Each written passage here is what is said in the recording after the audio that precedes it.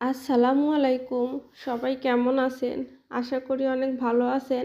আমি অনেক সকালে উঠেছি। সকাল সকাল উঠে এক মগ ভর্তি করে চা নিয়ে বসে গেছি। অন্যদিন তো হাঁটতে যাই, আজকে আর হাঁটতে যাইনি।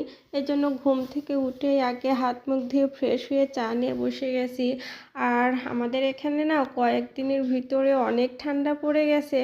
কার এলাকায় কেমন ঠান্ডা পড়েছে জানি না, কিন্তু আমাদের এখানে অনেক ঠান্ডা পড়ে গেছে। এমনিতেই আমার একটু শীত বেশি, আর শীতের সময়ে কিন্তু গরম গরম চা খেতে কিন্তু অনেক মজা লাগে।